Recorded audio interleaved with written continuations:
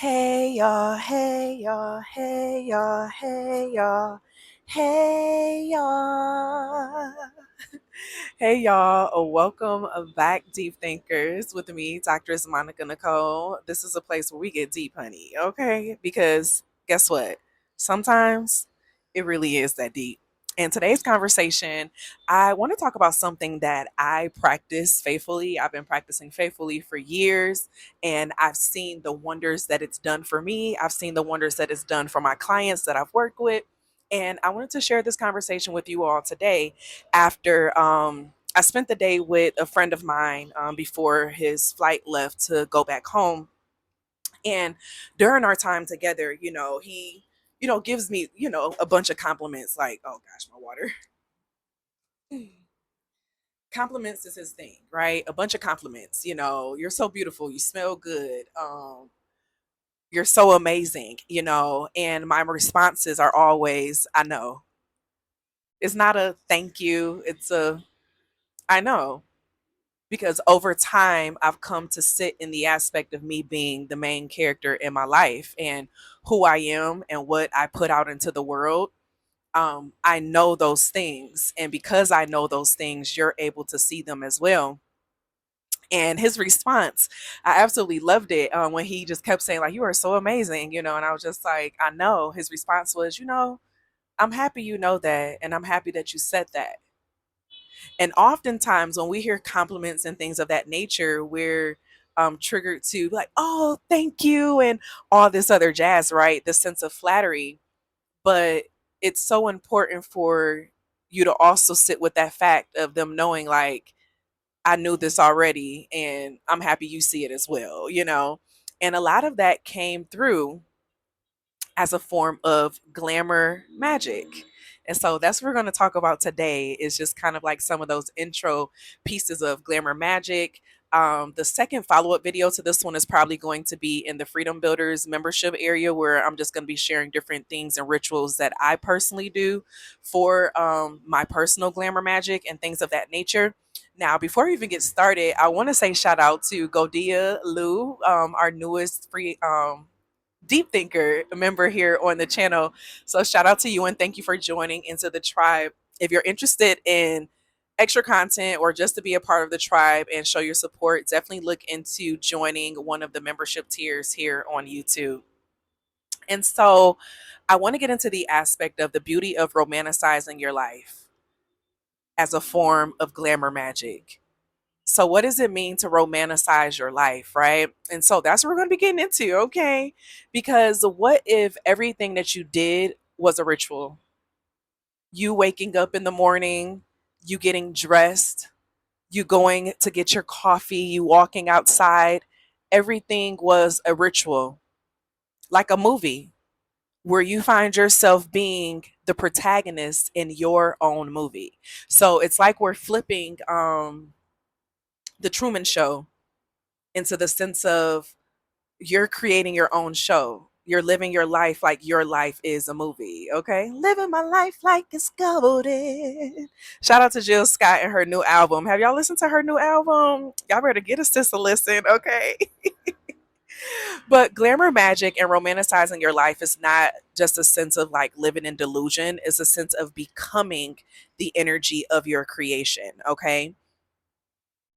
Oftentimes we're conditioned to accept less. We're conditioned to lower ourselves in situations so that we don't appear to be too much, or we don't appear to be selfish, or we don't appear to be self-centered, or we don't appear to be what full of ourselves. But what if that's the cheat code? Becoming self-centered with yourself, putting yourself first, loving yourself, treating yourself like a movie, treating yourself like the main character of your life. And unfortunately, many people are not living their life as if they are the main character in their life. They live their life as if they're a supporting character. Everything in life is happening around you and to you, and you're just adding yourself in it. But that can shift and it can change. And I strongly recommend you allowing it to change. So, for example, one of the recent things that I've done, and we're going to get into the conversation of just the philosophy of romanticizing your life and what that looks like. When I flew my first class international flight, I felt like I was in a different world. There were new characters because the type of people who fly first class are different. They live a different type of life. They have a different type of mindset, right? So I was surrounding myself with different portals of energy. And I realized how I felt in that space, from the amenities to the comfort to having the space, having food, them giving me everything that I need and everything that I want. Listen, you can ask for some stuff, and they most likely is a good chance they got it. Okay. And I said, I'm not flying international ever again if it's not at least business class. And me romanticizing that, creating that stipulation for my life, allowed it to be so, in which I've flown in at least business class since that time. And I've noticed a difference even in my personal life. And when it comes to romanticizing your life and the glamour magic within it, it's like you're continuously writing your story. You're continuously writing a novel. You're continuously writing a book of your life, and you are the author. You write how it goes. You romanticize everything that happens around you. Think about a book, right? When they're explaining, it's raining outside, they don't just say it's raining outside, she looked out the window and got sad. It says, as the raindrops hit against the window, she found herself thinking about the time when she was with X, Y, and Z. Her body began to quiver as she felt the sensations going throughout her. Like, I'm just making this up as I speak. As she felt the sensations going throughout her, and she realized that she was ready for that feeling again. You have to romanticize your life like a novel. You have to treat everything that's happening like it's a scene in your book. Now, you can choose if you're in the middle of a horror film, or you could choose if you're in the middle of a rom com. You could choose if you're in the middle of a sad story, a family flick, a holiday flick, but you get the option to choose. And this is not a type of escapism. It's a sense of you enchanting your reality and you looking at reality from a different lens. Because as you allow yourself to look at reality from a different lens, life starts to react to you in that same way because you begin to move and act in the way of that reality that you've created.